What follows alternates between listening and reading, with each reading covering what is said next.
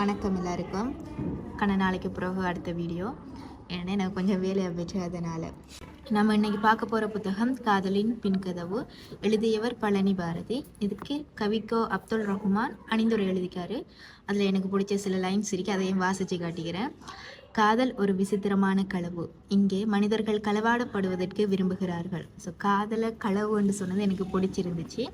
அப்புறம் இது இலங்கை விலையில் வந்து 660 ரூபா. அதை வந்து இந்தியாவில் வந்து 100 ரூபாய். இந்த புத்தகத்தை பற்றி சொல்லணுமெண்டா நிறைய சின்ன கவிதைகள்லேருந்து பெரிய கவிதைகள் வரைக்கும் எழுதப்பட்டிருக்குது. நான் இது எங்கே வாங்கினேன்டா, வெள்ளவத்தைக்கு போன டைமில் நான் ஏற்கனவே அதை பற்றின வீடியோவும் போட்டிருக்கேன். வெள்ளவத்தையில் பூபாலசிங்கம் புத்தகச்சாலையில் நான் புக்ஸ் நிறைய வாங்கினேன். அதில் தொடர்ந்து நான் கட்டுரை புத்தகங்களும் கதை புத்தகங்களும் தான் என்ற அலுமாரியில் இருக்கிறதால கவிதை புத்தகம் ட்ரை பண்ணலாம் பண்ணிட்டு நான் வந்து ஜுகபாரதி என்ற புத்தகம் தேடினேன். ஆனால் எனக்கு கிடைச்சது பழனி பாரதி.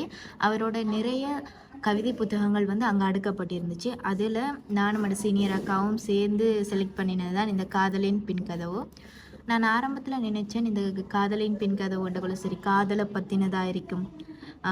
அடுத்தது வந்து முக அட்டையில் வந்து பெண்ணை பற்றி சொல்லியிருக்கிறாங்க. ஸோ பெண்ணை வர்ணிக்கிற மாதிரி காதலனை வர்ணிக்கிற மாதிரியான காதல் கவிதைகளை கொண்டிருக்கும் என்று தான் நான் ஆரம்பத்தில் நினைச்சேன்.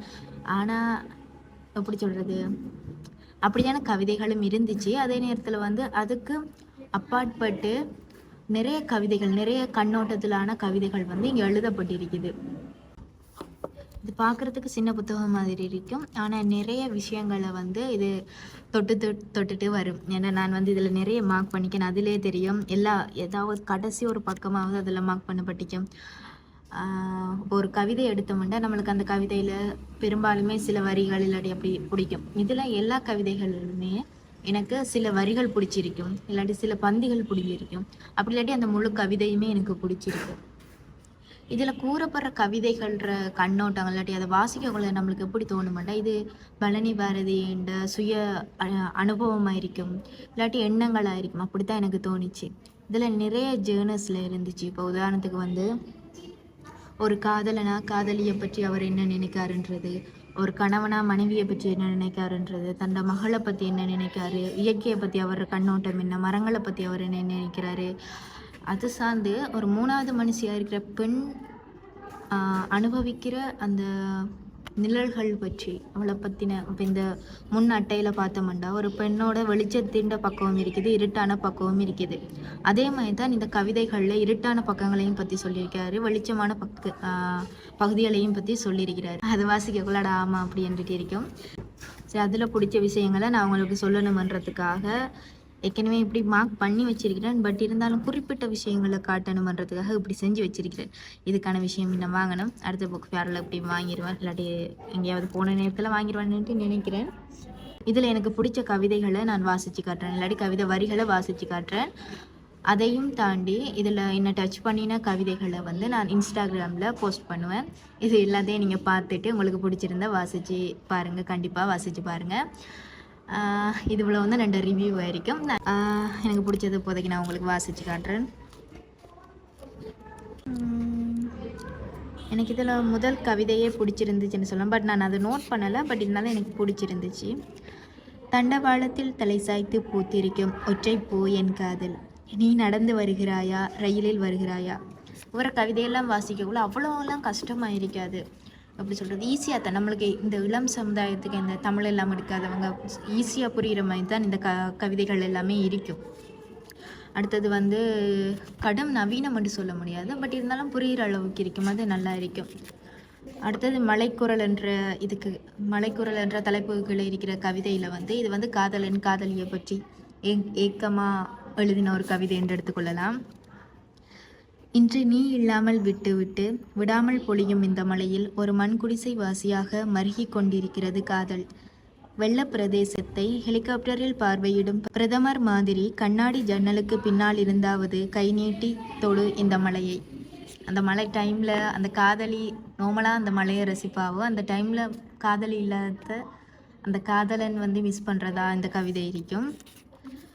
அடுத்தது இன்னும் நிறைய இருக்குது, சிலது நான் நோட் பண்ணலைன்றதுக்காக அது கூட அதை நான் சொல்ல மாட்டேன். காதலும் கற்பம் என்ற தலைப்புக்கு கீழே தூக்க மாத்திரைகளை திறந்து கொண்டு எட்டி பார்க்கிறது உன் நினைவு. அதே மாதிரி காதலும் கற்பமும் ஒரே வழிதான் என்பதை நீயும் உணர்ந்தால் சொல்கிறேன் என் கதையை. நல்லா இருக்குங்களா? இது முழு கவிதை. கவிதை எல்லாத்தையும் வாசித்து கழிக்கிறேன்றது தப்பாக நினைக்கணும், எனக்கு பிடிச்சிருக்கு அதனால். பெண். சில கேள்விகள். முதலாக பெண்ணை வர்ணிக்க தேர்ந்தெடுத்த வார்த்தை எது? ராமின் மொத்தம் ஏவாளின் எந்த பாகத்திற்கு முதலில் கிடைத்திருக்கும்? பெண்ணின் கூந்தலுக்கு முதலில் சூட்டப்பட்ட பூ எது? பெண் முதலில் எதற்காக ஆடைக்குள் தன்னை மறைத்து கொண்டாள்? பெண்ணின் கண்ணீர் முதலாக எதன் பொருட்டு சிந்தப்பட்டிருக்கும்? முதலாய் உடன்கட்டை ஏற்றப்பட்ட பெண் உயிரோடு எரிகையில் கடைசியாய் என்ன நினைத்திருப்பாள்? வரதட்சணையால் சபிக்கப்பட்ட முதல் முதிர்கண்ணி மாதவிளக்கு நின்று போனதை யாரிடம் சொல்லியிருப்பாள்? தாய்ப்பாலுக்கு பதில் கள்ளிப்பால் ஊட்டப்பட்ட முதல் பெண் சிசு எது? ஆண்களின் தேசத்தில் கேள்விக்குள் சிக்கிய பெண்ணை மீண்டும் எந்த பெண் முதலில் போராளியானாள்? அவளின் கடைசி வாரிசிடம் கொடுத்து கிழித்தெறியச் சொல்லுங்கள் இந்த கவிதையை. இது சில்க் சுமிதாவுக்காக எழுதப்பட்ட ஒரு கவிதை. இது நல்லா இருக்கும். ஆரம்பத்தில் புரியல, அப்புறம் புரிஞ்சிச்சு, நல்லா இருந்துச்சு. இப்படி நிறைய கவிதைகள் இருக்கு. அதில் இன்னொன்று இந்த கவிதையும் நல்லா இருக்கும். யாருக்கும் தெரியாதவள், ட்ரை பண்ணி பாருங்கள் வாங்கினீங்கன்னா. இதுவும் நல்லா இருக்கும். பெண் வட்டப்பாதை.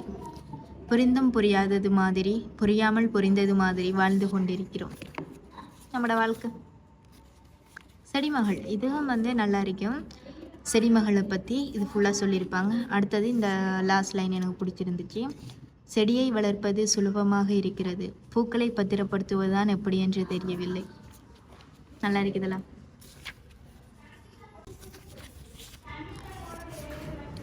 இரத்தத்தின் நிறம் பச்சை, இது நல்ல கவிதை என்று சொல்லலாம்.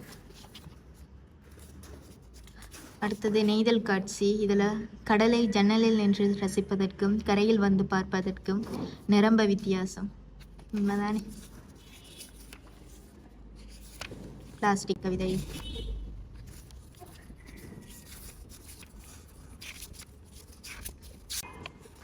இது கொஞ்சம் டிஃப்ரெண்டாக இருக்கும். இந்த ரயிலில் அவர் எழுதின கவிதை. ரயிலில் அவருக்கு தோணின கிடைச்ச அனுபவத்தை வச்சு எழுதினது. எங்கு இறங்குவாள் என்று தெரியாது, எதிரில் உட்கார்ந்திருந்தாள். அவளிடம் கொஞ்சம் தண்ணீர் கேட்க நினைத்து கேட்காமலேயே கண்ணயர்ந்து விட்டேன். விழித்த போது அவள் இல்லை, இருந்தது ஒரு தண்ணீர் பாட்டில். நல்லா. இதை தாண்டி இப்படியோ நிறைய கவிதைகள் சேர்ந்து தான் இந்த காதலின் பின் கதவு உருவாக்கப்பட்டிருக்குது. எனக்கு இதில் நிறைய விஷயங்கள் பிடிச்சிருக்கு. அதே மாதிரி உங்களுக்கும் பிடிக்குமென்ட்டு நினைக்கிறேன். முடிஞ்சால் வாங்கி வாசிங்க. பழனி பாரதியின்ற. ஓகே, அவ்வளோதான் இன்னைக்கு. அடுத்த புக்கில் சந்திப்போம். பாய்.